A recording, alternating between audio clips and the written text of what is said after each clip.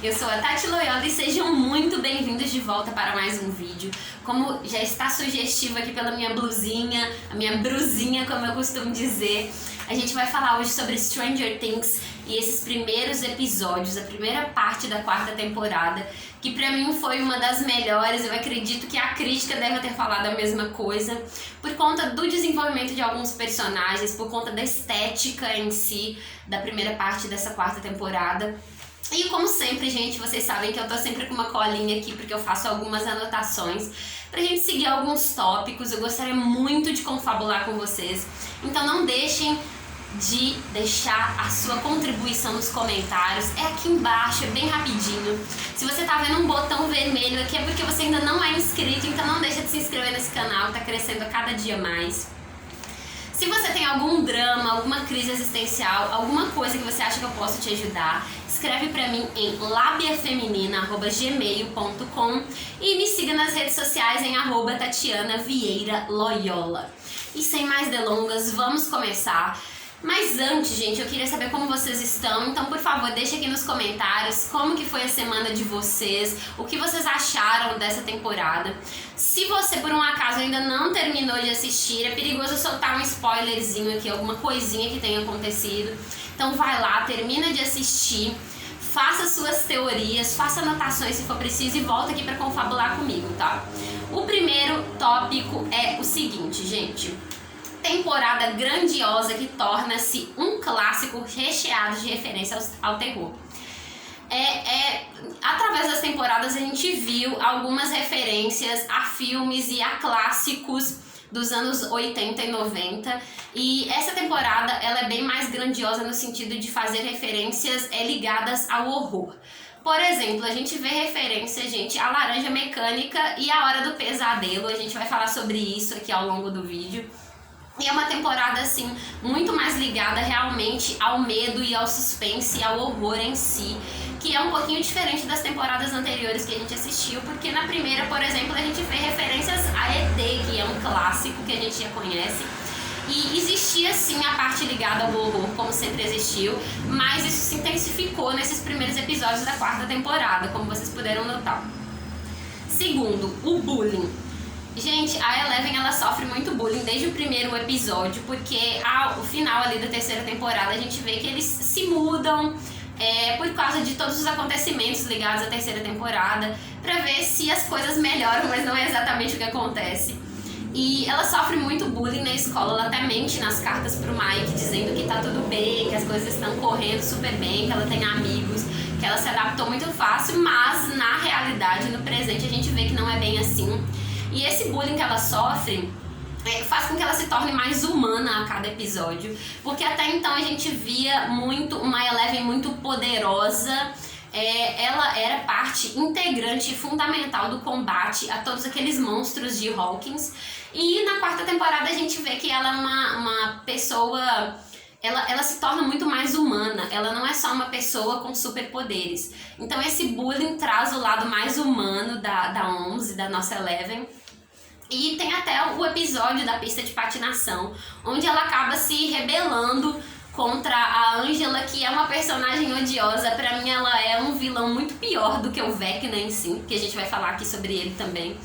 E ela acaba fazendo todo aquele movimento contra a Angela. Primeiro ela tenta usar os poderes contra ela, mas como a gente sabe, ela perdeu os poderes ali na terceira temporada, ou pelo menos ela não tem acesso a eles, ela tem esse corte dos poderes dela. Ela tá com uma espécie de bloqueio, como o bloqueio poético que às vezes os escritores sofrem, né? Ela não consegue ter acesso aos poderes dela, e ela acaba atacando a Angela por causa desse bullying. Ela acaba tendo muita raiva na hora da pista de patinação. Inclusive, gente, lá na hora daquela cena da pista de patinação, existe um momento em que mostra a data, que é exatamente a mesma data do aniversário do Will, só que ninguém menciona nada. Então eu fiquei me perguntando, será que o Will ele tava tão chateado porque as pessoas, principalmente os amigos dele, o Mike, que é o amigo mais próximo dele, esqueceu do aniversário dele, a mãe não estava presente, os outros amigos não se lembraram de ligar pra ele, ou simplesmente os autores esqueceram de que eles tinham colocado aquela data como o aniversário do Will? Vamos ver nos próximos episódios em julho.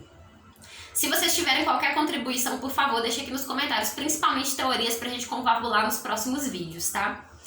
Próximo tópico, gente.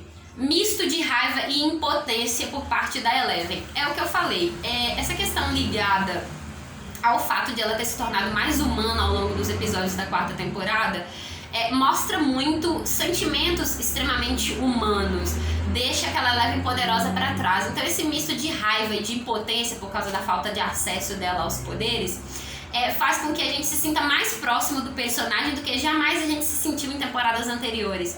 Porque ela sempre, pelo menos pra mim, ela sempre foi vista como aquele super-herói que eu gostaria muito de ter descoberto na minha adolescência, que eu tinha poderes como ela, mas como a gente sabe que nós somos humanos e nós não temos esse tipo de poder, pelo menos não esse da telepatia, da telecinese, a gente não conseguia se aproximar tanto dela nesse sentido e eu consegui me aproximar bastante dela nessa 4ª temporada.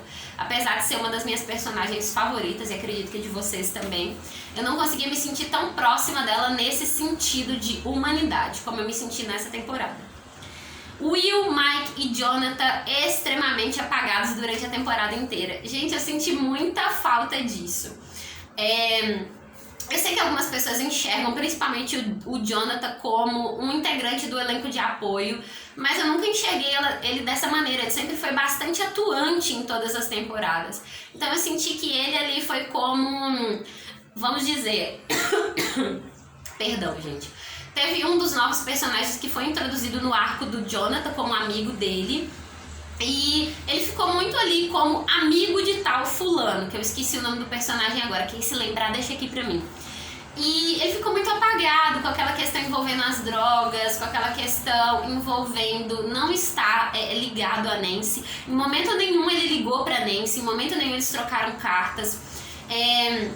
Durante as férias de verão eles não se visitaram, então eu senti falta da atuação do Jonathan nesse sentido. Eu senti que ele ficou apagado simplesmente a temporada inteira. E o Will e o Mike nem se falam. O Mike ele só teve uma atuação maior no primeiro capítulo, onde ele e o Dustin procuram ali integrantes para o grupo Hellfire. E depois ele simplesmente sumiu. A atuação dele foi mínima. Ele foi visitar a Eleven, mas não teve um desenvolvimento muito grande da relação deles. Ele ficou muito distante do Will, apesar de eles serem dois muito próximos do grupo. E eu senti aquela questão ligada ao Will, que ele passou de protagonista para simplesmente um elenco de apoio na 4ª temporada. E principalmente senti muita falta do desenvolvimento, da amizade e do envolvimento dele com a Eleven, já que agora nesses primeiros capítulos a gente de fato tem contato com eles como irmãos, por causa da relação da Joyce e do Hopper.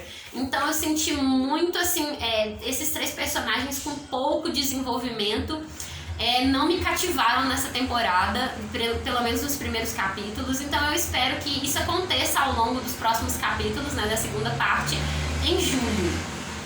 Novos personagens chatos, exceto o Ed. Aquele grupo que comete bullying ali com a Eleven, eu achei bem chato, exceto a Angela. Vou fazer o parêntese da Angela também.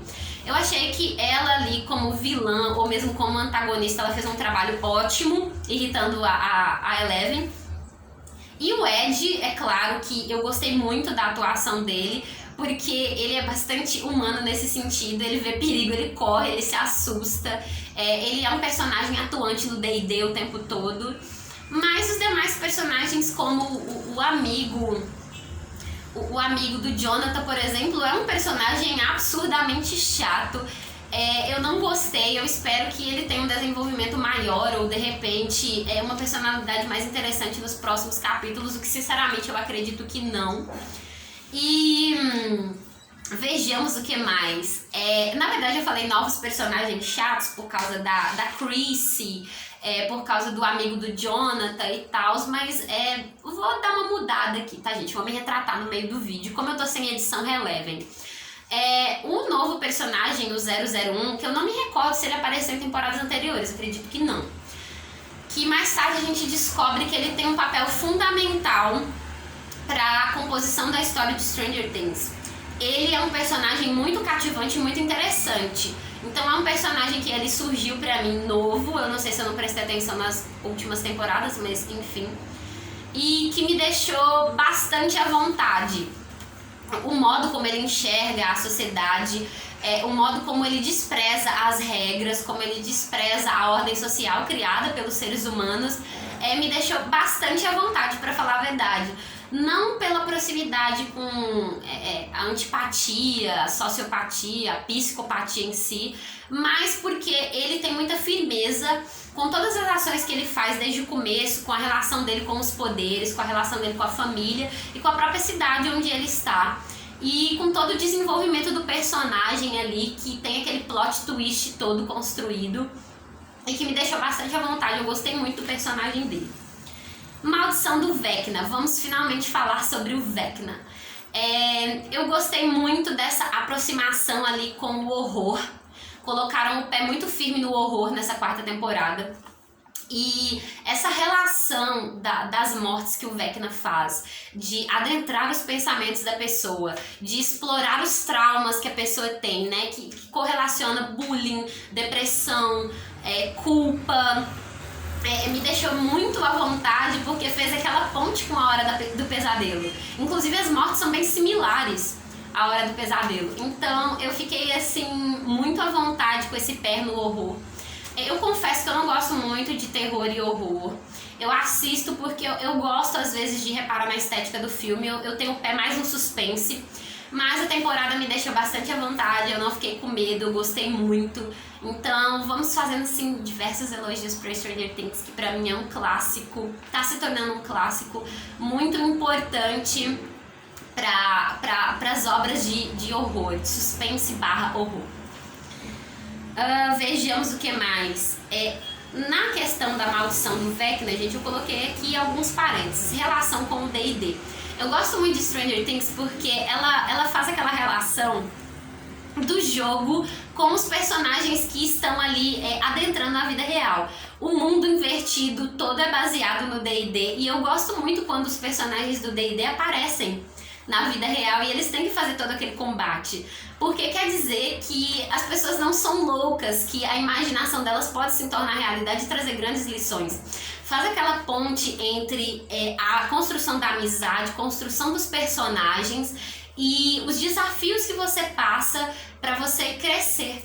Então, essa relação com o jogo me deixa muito à vontade, me deixou muito satisfeita na 4ª temporada.